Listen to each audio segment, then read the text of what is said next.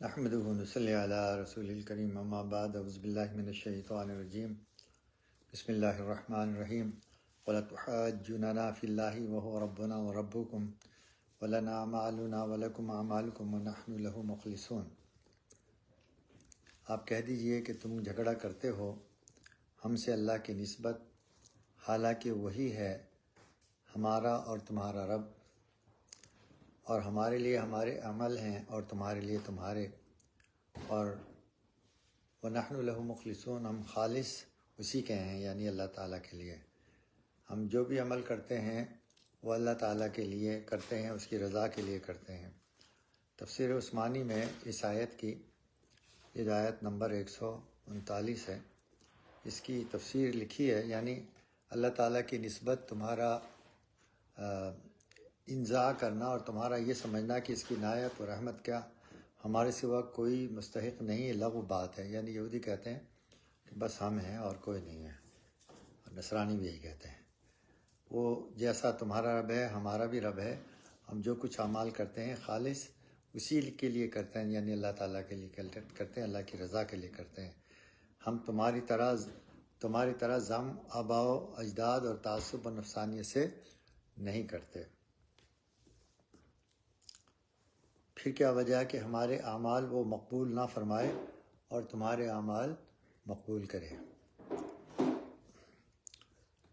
اخلاص کی حقیقت بیان کی جائے گی۔ وَنَحْنُ لَهُ مُسْلِمُونَ، اس میں ملت مسلمہ کا یہ خصوص یہ بتلائی ہے کہ وہ اللہ کے لیے مخلص ہیں۔ اخلاص کے معنی حضرت سعید بن جبیر نے یہ بتلائے ہیں کہ انسان اپنے دین میں مخلص ہو، کہ اللہ کے سوا کسی کو شریک نہ ٹھہرائے اور اپنے عمل کو خالص اللہ کے لیے کرے، لوگوں کے دکھلانے یا ان کی مدح و شکر کی طرف نظر نہ کرے۔ تفسیر کا یہ حصہ معارف القرآن مفتی اعظم شفیع صاحب رحمۃ اللہ علیہ کی تفسیر سے لیا گیا تھا۔ سعد بن جبیر رضی اللہ عنہ نے فرمایا ہے کہ اخلاص یہ ہے کہ بندہ اپنے عمل محض اللہ کے واسطے کرے، کوئی غرض اور نمائش نہ ہو۔ اور فضل نے فرمایا کہ لوگوں کے دیکھنے کی وجہ سے برے عمل کو چھوڑ دینا ریا ہے، اور لوگوں کے دکھاوے کے لیے عمل کرنا شرک ہے۔ اخلاص تو یہ ہے کہ اللہ تعالیٰ ان دونوں سے نجات بخشے۔ آیت نمبر 140، ام تقولون ان ابراہیم و اسماعیل و اسحاق و یعقوب و الاسباط کانوا ھودا او نصارا قل اانتم اعلم ام اللہ ومن اظلم ممن کتم شہادۃ عنده من اللہ وما اللہ بغافل عما تعملون۔ کیا تم سمجھتے ہو کہ ابراہیم اور اسماعیل اور اسحاق اور یعقوب اور ان کی اولاد یہودی تھے یا نصرانی؟ آپ کہہ دیجئے کہ تم زیادہ جانتے ہو یا اللہ زیادہ جانتے، یعنی تم اللہ سے زیادہ جانتے ہو۔ ومن اظلم ممن کتب شہادۃ عند اللہ، اور اس سے بڑا ظالم کون ہوگا جس نے چھپائی وہ گواہی جو ثابت ہو چکی اس کو اللہ کی طرف سے۔ وما اللہ بغافل عما تعملون، اور اللہ بے خبر نہیں تمہارے کاموں سے۔ اہل کتاب کے واضح جھوٹ کو بیان کیا گیا کہ حضرت ابراہیم اور حضرت اسماعیل اور دیگر انبیاء علیہ السلام کی بابت یہود اور نصارہ کا یہ دعویٰ کہ وہ یہودی یا نصرانی تھے، دروغ سری یعنی سری جھوٹ ہے۔ علاوہ ازیں حق تعالیٰ فرماتا ہے ما کان ابراہیم یہودیم ولا نصرانیہ، کہ ابراہیم علیہ السلام نہ تو یہودی تھے اور نہ نصرانی تھے۔ اب بتاؤ تم کو زیادہ علم ہے یا اللہ تعالیٰ کو؟ ناسخ کے نازل ہونے کے بعد منسوخ حکم اور محرف شریعت پر چل رہے اور تازہ اور محفوظ شریعت سے اعراض اور انحراف کر رہے ہیں۔ علاوہ ازیں ہمارے درمیان ایک فرق یہ بھی ہے کہ ہم خالص اللہ ہی کے لیے عبادت کرنے والے ہیں، اور تم جو کچھ کرتے ہو وہ تعصب اور نفسانیت اور دنیاوی اغراض اور اپنے آبائی رسم کے باقی رکھنے کے لیے کرتے ہو، بلکہ صریح شرک میں مبتلا ہو۔ حضرت عزیر اور حضرت مسیح علیہ السلام کو خدا کا بیٹا بتلاتے ہو توحید اور اخلاص کا تم پر کوئی ہلکا سا نشان بھی نہیں، لہذا تمہارا یہ دعویٰ کہ ہم خدا کے رنگ میں رنگے ہوئے ہیں سراسر غلط ہے۔ تم تو سراپا شرک کے رنگ میں رنگے ہوئے ہو، تمہارا رنگ تمہارے اعمال سے ظاہر ہے۔ آیت نمبر 141 تلاوت کی جائے گی، پھر اس کی تفسیر عثمانی سے عرض کریں گے۔ تلک امۃ قد خلت لہا ما کسبت ولکم ما کسبتم ولا تسألون عما کانوا یعملون۔ وہ ایک جماعت تھی جو گزر چکی، ان کے واسطے ہے وہ جو انہوں نے کیا اور تمہارے واسطے ہے وہ جو تم نے کیا۔ ولا تسألون عما کانوا یعملون، اور تم سے کچھ نہیں پوچھا جائے گا یعنی ان کے اعمال کے بارے میں۔ ہر انسان اپنے اعمال کا جواب دہ ہے، کسی دوسرے کے اعمال کا جواب دہ نہیں ہے۔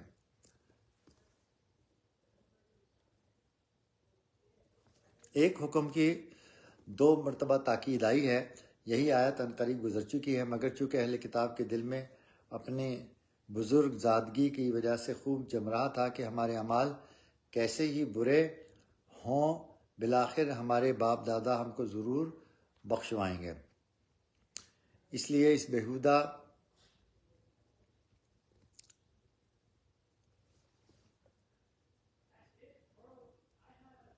خیال کے روکنے کے لیے تاکید اس آیت کو مکرر بیان فرمایا، یا یوں کہو کہ پہلی آیت میں اہل کتاب کو خطاب تھا اور اس آیت میں آپ کی امت کو ہے کہ اس بیہودہ خیال میں ان کا اتباع نہ کریں، کیونکہ ایسی توقع اپنے بزرگوں سے ہر کسی کے دل میں آ ہی جاتی ہے جو سراسر بیوقوفی ہے۔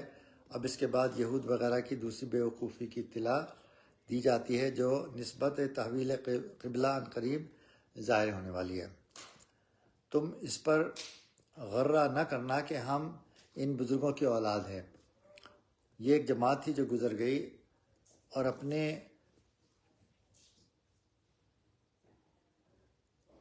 اعمال اپنے ساتھ لے گئی، اور مال و متاع کی طرح تمہارے لیے اپنے اعمال صالحہ کا ذکر خیر چھوڑ کر نہیں گئی۔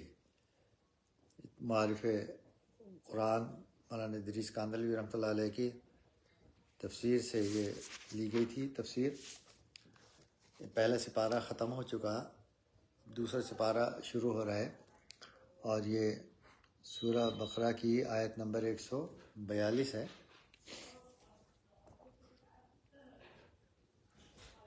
سیقول السفہاء من الناس ما ولاہم عن قبلتہم التی کانوا علیہا قل للہ المشرق والمغرب یہدی من یشاء الی صراط مستقیم۔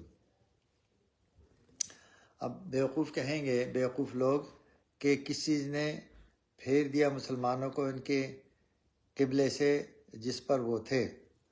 تو آپ کہہ دیجئے کہ مشرق اور مغرب اللہ کے لیے ہے، یہدی من یشاء، وہ جس کو چاہتا ہے ہدایت دیتا ہے، الی صراط مستقیم، سیدھے راہ کی طرف۔ تفسیر عثمانی سے اس آیت کی تفسیر نقل کریں گے۔ حضرت محمد صلی اللہ علیہ وسلم جب مکے سے مدینہ تشریف لائے تو 16-17 مہینے بیت المقدس کی طرف نماز پڑھتے رہے۔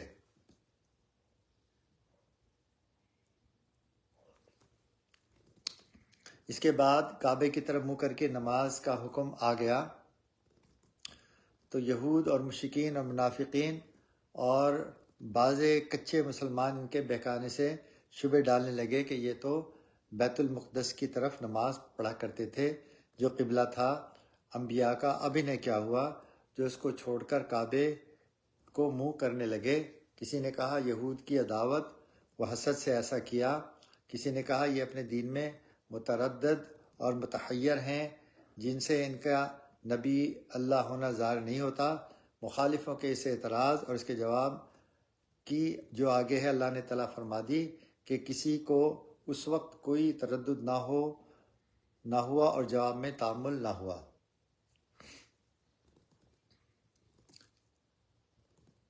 شبہات کا جواب دیا جا رہا ہے تفسیر عثمانی سے، یعنی اے محمد صلی اللہ علیہ وسلم آپ کہہ دیجئے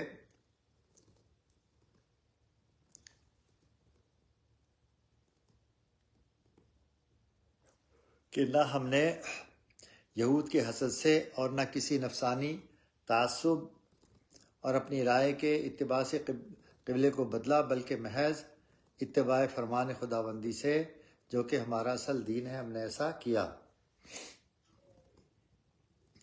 پہلے بیت المقدس کو منہ کرنے کا حکم تھا، اس کو ہم نے تسلیم کیا۔ اب کعبے کی طرف منہ کرنے کا حکم آیا، اس کو دل سے قبول کیا۔ ہم سے اس کی وجہ سے پوچھنا اور ہم پر اعتراض کرنا سخت حماقت ہے۔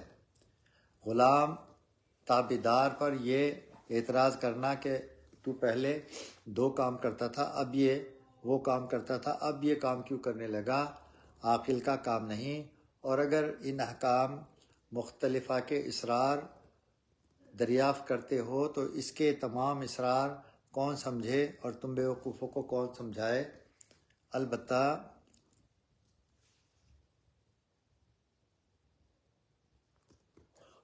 اتنی بات ہر کوئی سمجھ سکتا ہے، ہر ایک کو سمجھا سکتا ہے۔ اصل عبادت ہرگز نہیں، اور اس بارے میں حق تعالیٰ کا معاملہ جدا جدا ہے۔ کسی کو اپنی حکمت و رحمت کے مطابق ایک خاص رستہ بتلایا جاتا ہے، کسی کو دوسرا۔ تمام مواقع اور جملہ جہاد کا وہ مالک ہے جس کو جس وقت چاہتا ہے اس کو ایسا رستہ بتلا دیتا ہے جو نہایت سیدھا اور سب راستوں سے مختصر اور قریب تر ہو۔ چنانچہ ہم کو اس وقت اس قبلے کی ہدایت فرمائی جو سب قبلوں میں سے افضل ہے۔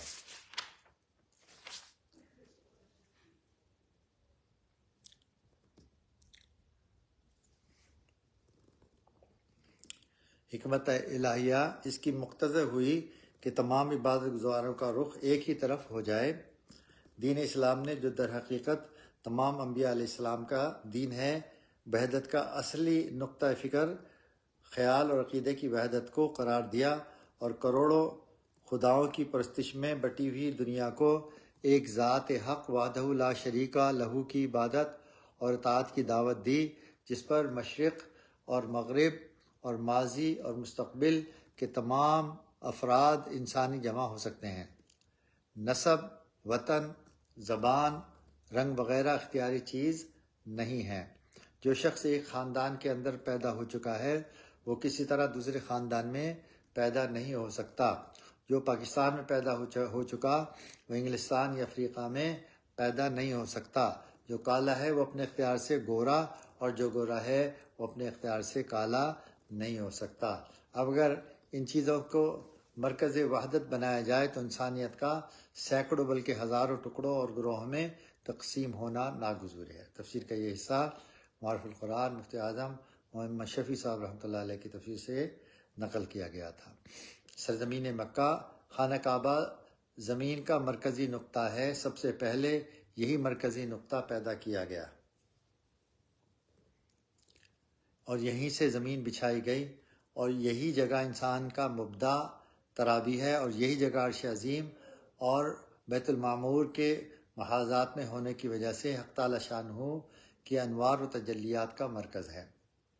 اور انسان چونکہ مٹی سے پیدا ہوا ہے تو حسب قاعدہ کل شیء یرجع الی اصلہ، اس کا اصلی میلان اسی مرکزی نقطہ یعنی خانہ کعبہ کی طرف ہوگا، کیونکہ سب سے یہ پانی تھا زمین، اور اس میں سے ایک بلبلہ اٹھا، اللہ تعالیٰ نے چاہا آدم کی اولادیاں رہیں، تو وہ جو پہلا بلبلہ اٹھا وہ زمین سخت ہوئی اور وہ ہی بیت اللہ تھا۔ ان اولا بیت وضع للناس ببکہ، بکہ میں تھا، پہلے مکے کا نام بکہ تھا۔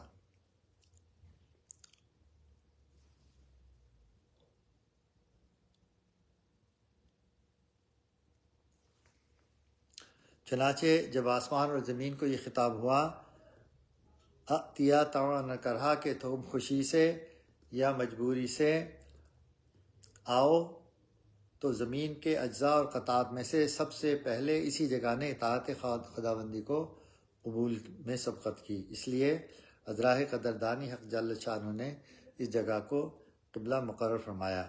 البتہ چند روز کے لیے یعنی حضرت موسیٰ علیہ السلام کے زمانے سے لے کر حضرت عیسیٰ علیہ السلام کے زمانے تک بنی اسرائیل کے لیے مسجد اقصیٰ کو قبلہ بنایا گیا،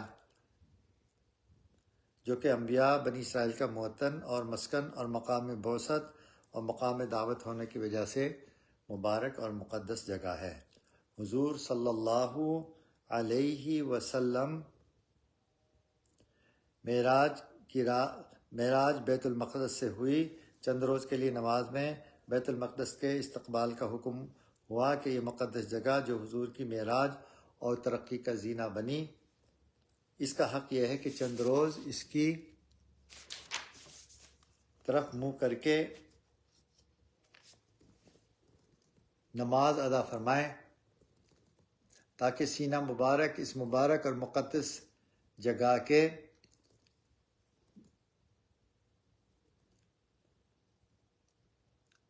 انوار اور تجلیات کو اپنے اندر جذب کرنے اور پھر یہ کمالات آپ کے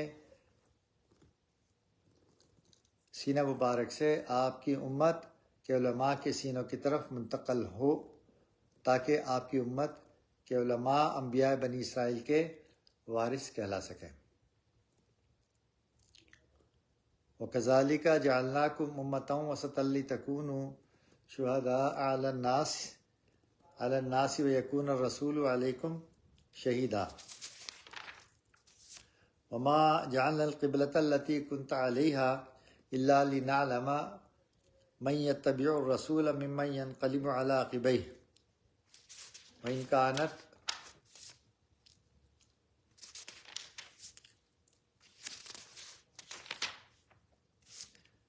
كَانَتْ لَكَبِيرَةً إِلَّا عَلَى الَّذِينَ هَدَى اللَّهُ وَمَا كَانَ اللَّهُ لِيُضِيعَ إِيمَانَكُمْ إِنَّ اللَّهَ بِالنَّاسِ لَرَءُوفٌ رَحِيمٌ۔ یہ سورہ بقرہ کی آیت نمبر 143 ہے، اور تحویل قبلہ اور اس امت کے درمیانی ہونے کا اس میں بیان آئے گا، اور اس کی تفسیر لمبی ہے، اور آج جمعۃ المبارک ہے یہاں نیو یارک میں، تو اب اس کو یہیں پر ختم کرتے ہیں انشاءاللہ تعالی۔ بقید زندگی باذن اللہ پیر کو، سوموار کو، پھر آیت نمبر 141 کو انشاءاللہ تعالی پڑھیں گے، اس کا ترجمہ، اس کی تفسیر، اور آیت نمبر 143 انشاءاللہ تعالی۔ اللہ تعالی ہمیں کلام پاک کو پڑھنے کی، اس کو سمجھنے کی اور اس پر عمل کرنے کی توفیق